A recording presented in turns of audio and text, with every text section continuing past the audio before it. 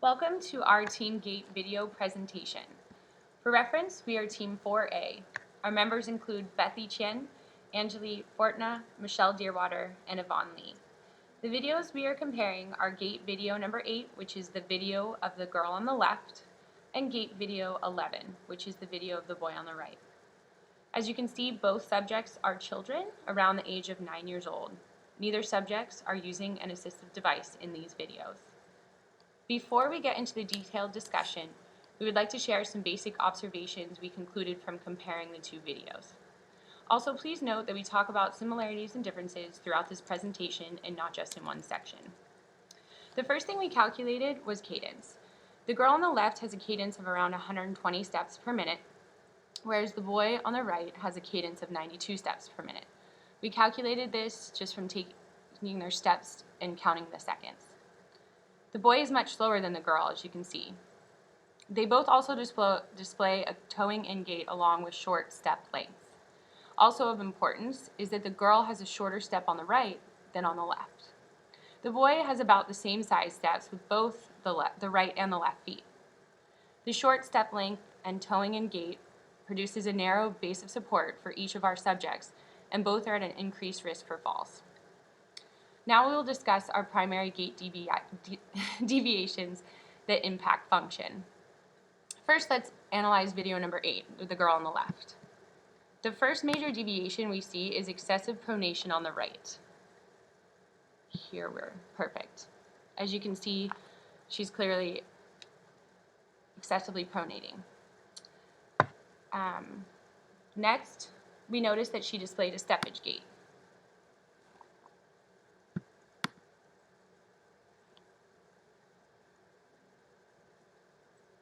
As you can see there, perfect. At first we thought she was vaulting off of the left foot to clear the right, but upon closer examination, she never goes into extra left plantar flexion to boost herself up. Instead, she keeps the left hip and knee excessively flexed during gait, clearing it during the left swing phase. The next gait deviation we noticed was forefoot initial contact. You can play it again. During some of the steps, the front right foot makes contact before the heel in initial contact.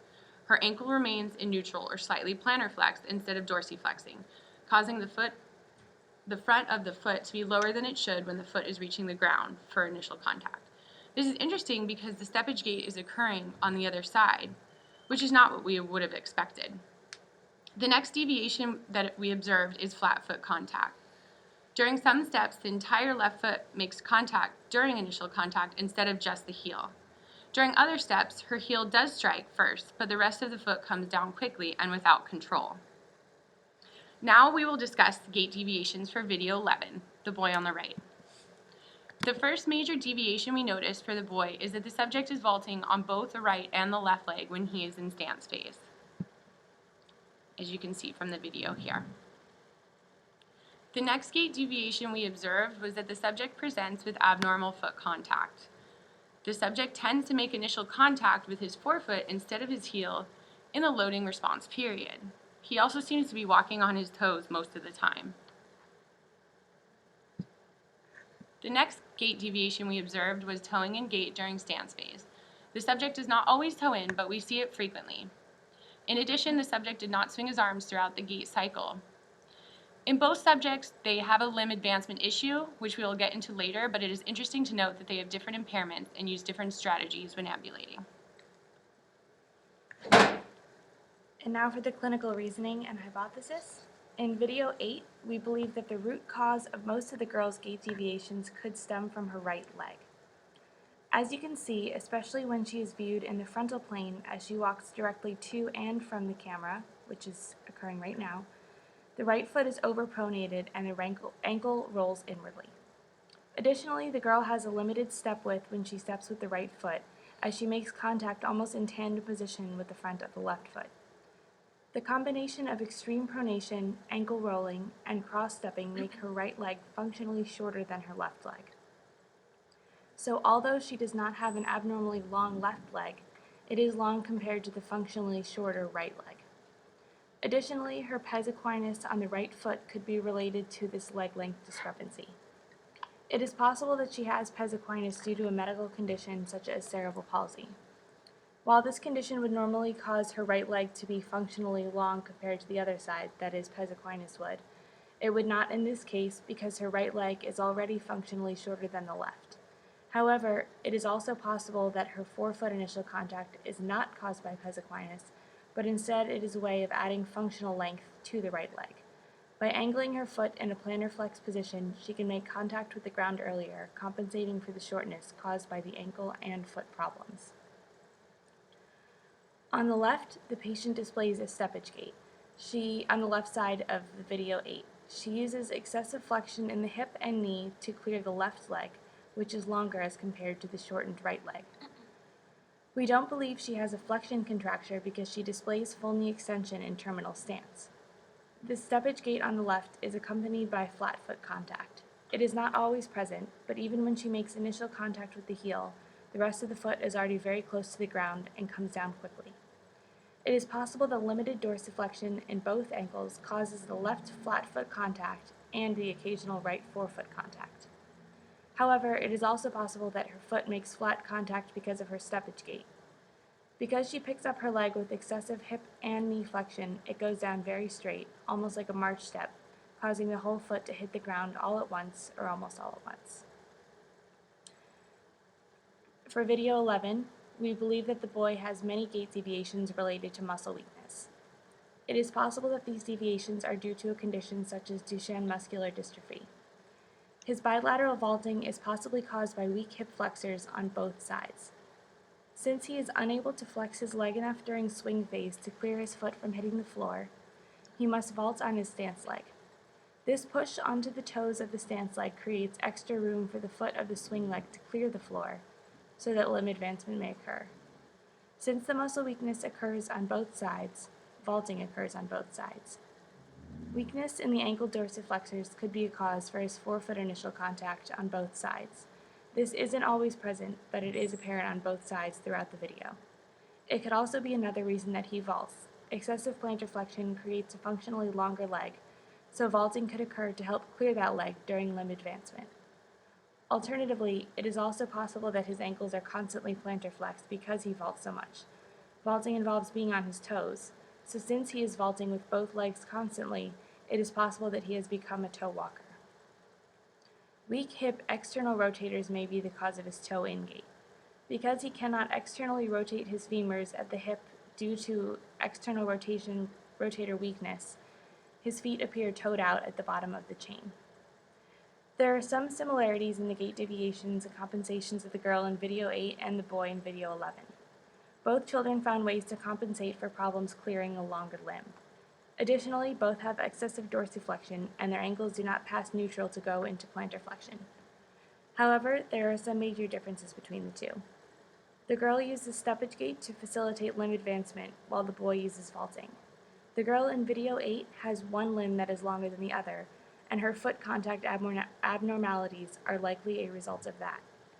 The boy has two legs that are functionally longer than they should be during stance phase, and many of his gait deviations are a result of that. The probable cause of the distinct differences between their two gait patterns is that they have two different diseases or disorders that cause slightly different deviations that they must each compensate for. For example, if muscular dystrophy is the cause for the boy in video 11's gait deviations, it is unlikely that he would use steppage gait, as he wouldn't have the hip flexor strength to lift his leg into excessive flexion. Different limitations additional to the problem that is causing the deviation cause different compensations. From a clinical significance standpoint, both of the subjects in video 8 and 11 have gait patterns that cause their center of mass to go through a larger vertical excursion, making them less efficient when it comes to energy conservation. For example, the boy and the girl are similar in their gait patterns in that they both lack ankle mechanisms. The difference is that the boy lacks ankle mechanisms bilaterally, whereas the girl lacks it only on her right side. Since the girl lacks ankle mechanism only on her right side, she has an increased downward displacement of her center of mass at initial contact on the right side. Since the boy lacks ankle mechanism bilaterally, he makes initial contact with his toes on both sides, causing his plantar flexors to work harder on both sides. The absence of the ankle mechanisms bilaterally also causes the boy's center of mass to drop downward each time his feet make initial contact with the floor. Because the boy's center of mass drops downward with every initial contact, the girl's center of mass drops only at right initial contact. The boy uses twice the amount of energy and is therefore less efficient in regards of his muscular effort. Another clinical significant difference between the boy and the girl is that the girl has a functionally longer left leg length, whereas the boy is more symmetrical for his leg lengths. The girl's left leg lacks foot mechanism, which means that she has no plantar flexion at the end of the stance phase to propel her body forward.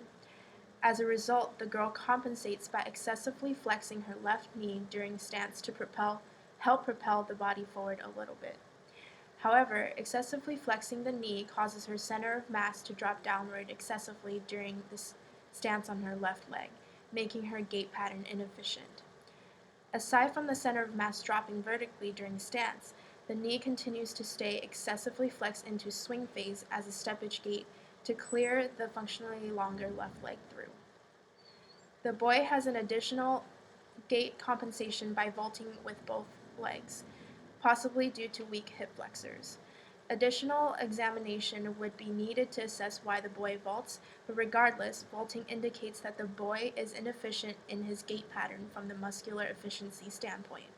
The vaulting movement also causes his center of mass to go through a larger vertical displacement, which further decreases muscular efficiency.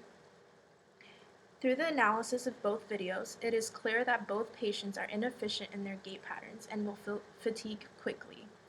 Both patients are also at an increased fall risk, and their main gait functional task that will be most affected is limb advancement.